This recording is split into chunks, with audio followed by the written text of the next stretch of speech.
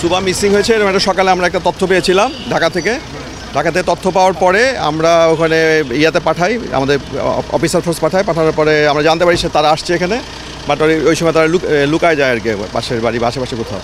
আমরা বাবাকে যে আর কি সুবার যার সাথে চলে আসছে মমিন, তার বাবাকে আমরা নিয়ে এসে জিজ্ঞাসাবাদ করি। তারপরে একবারে জানতে পারি যে সে এক পাশের বাড়িতে আছে, ওখানে যাই। র্যাবের একটা টিমও ছিল ওখানে, ওরা আগের থেকে কাজ করছিল ইয়ার জন্য। পরে আমরা যৌথভাবে উদ্ধার করি, তারপরে ওখানে জিজ্ঞাসাবাদ করি। ওখানে কিছু আপনাদের সাংবাদিকরাও ছিল, তারা লাইভ প্রোগ্রামও করে। সে বলছে তাদের সাথে বিয়ে শাদী হয় নাই, তাদের সাথে 2 বছর এই টিকটকের মাধ্যমে পরিচয়।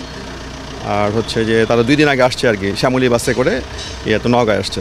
এই মোটামুটি বক্তব্য। এখন র্যাব জিজ্ঞাসাবাদ করছে, তারপর আমরাও জিজ্ঞাসাবাদ করেছি। র্যাবের সিভিল টিম আছে, তারা জিজ্ঞাসাবাদ করতেছে। এরপরে এ বিষয়ে পরে জানো অপহরণের বিষয়ে আমরা এখন পর্যন্ত কোনো তথ্য পাইনি, এটা জিজ্ঞাসাবাদ করার পরে তারপর জানানো হবে। এটা মমিন হচ্ছে এখানে বাড়ি, নওগাঁ আরজি নওগাঁতে বাড়ি।